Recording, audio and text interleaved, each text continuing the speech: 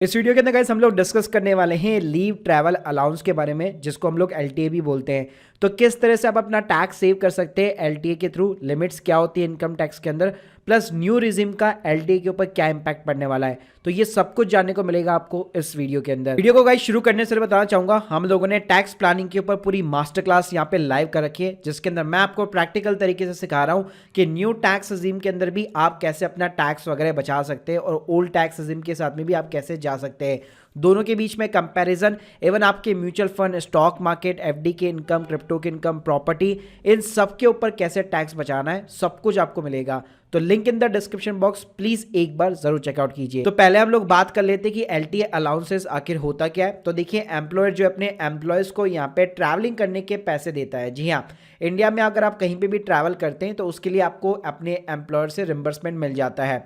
तो ये जो सर्विस है एलटीए की, वो basically either on the leave या फिर आफ्टर रिटायरमेंट या फिर टर्मिनेशन ऑफ द सर्विस के बाद भी दी जा सकती है। अब ये एलटीए कौन क्लेम कर सकता है? तो इंडिविजुअल पर्सन, उसके साथ में घूमने के लिए मान लीजिए उसके बच्चे जा रहे हैं, वाइफ वगैरह जा रही है, पेरेंट्स वगैरह जा रहे हैं, तो उनके लिए भी वो क्लेम कर सकता है। अब गाइस बात करते हैं कि एलटीए के ऊपर क्या क्या कंडीशंस होती है। तो पहली चीज ये कि एलटीए आपकी ऑब्वियसली बात है सैलरी का पार्ट होना चाहिए। तो जैसे आपको एचआरए मिलता है, वैसे हर कंपनी जो है मोस्टली यहाँ पे आपको एलटीए भी प्रोवाइड करती है, और ये अलाउंसेस का और आपका सीटीसी का ही पार्ट होता है।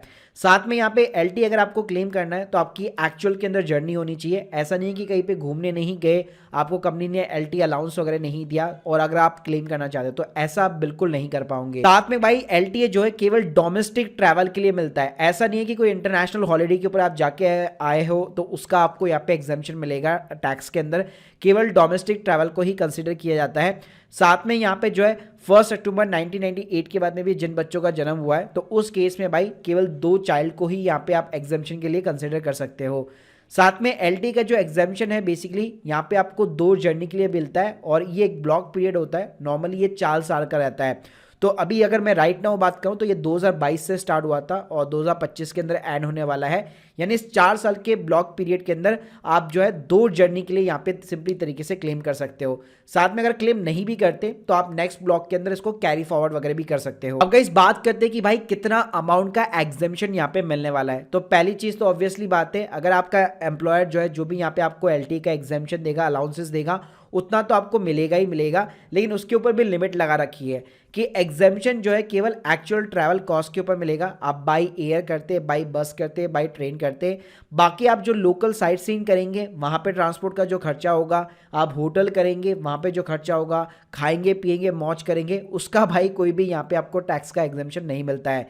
यानी सिर्फ ट्रैवल कॉस्ट है। जी हाँ, यानी एक पॉइंट से जाने की दूसरे पॉइंट पे पहुंचने की जो ट्रैवल कॉस्ट होगी by air, by bus, by train, केवल उसी का आपको टैक्स के अंदर एग्जेम्पशन मिलता है। इसके साथ में भी गाइस यहाँ पे लिमिट लगाई गई है, तो इस चार्ट के थ्रू आप यहाँ पे समझ सकते हैं। एग्जाम्पल के लिए मान लीजिए अगर आप बाई एयर यहाँ पे जो है ट्रैवल कर रहे हैं तो एग्जेम्पशन आपको मिलेगी एक्चुअल जो आपका एक्सपेंस हुआ है वो, या फिर जो एयर इंडिया का इकोनॉमिक क्लास का जो फेयर है, दोनों में से जो भी लोअर होगा।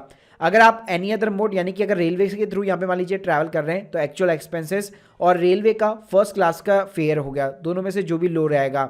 साथ में अगर रेलवे फैसिलिटी मान लीजिए उस लोकेशन पे अवेलेबल नहीं है और अगर आप पब्लिक ट्रांसपोर्ट बाई बस के थ्रू यहाँ पे ट्रैवल वगैरह करते हैं तो भाई उस केस में भी एक्चुअल एक्सपेंसेस हो गया और फर्स्ट क्लास और डीलक्स क्लास का बस फेयर हो गया, दोनों में से जो भी लोअर होगा।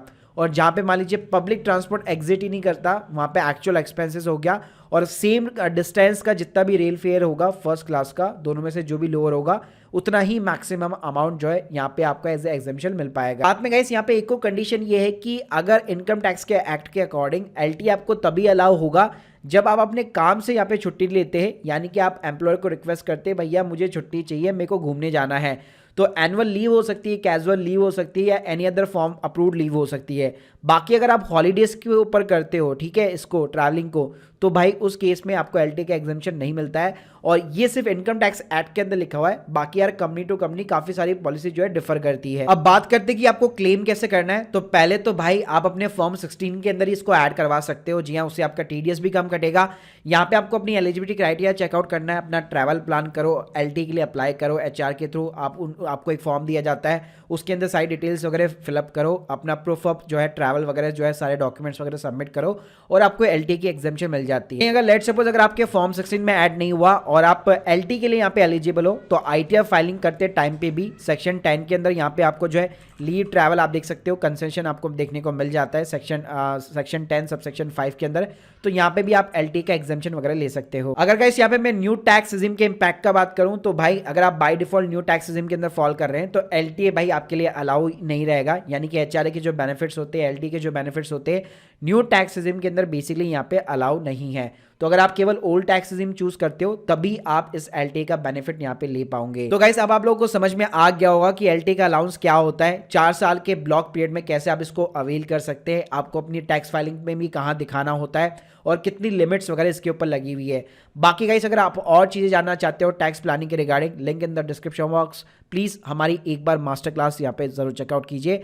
बाकी अगर आप लोग की कोई भी डाउट्स है कमेंट बॉक्स के अंदर बता सकते हैं। Thank you guys, thank you very much.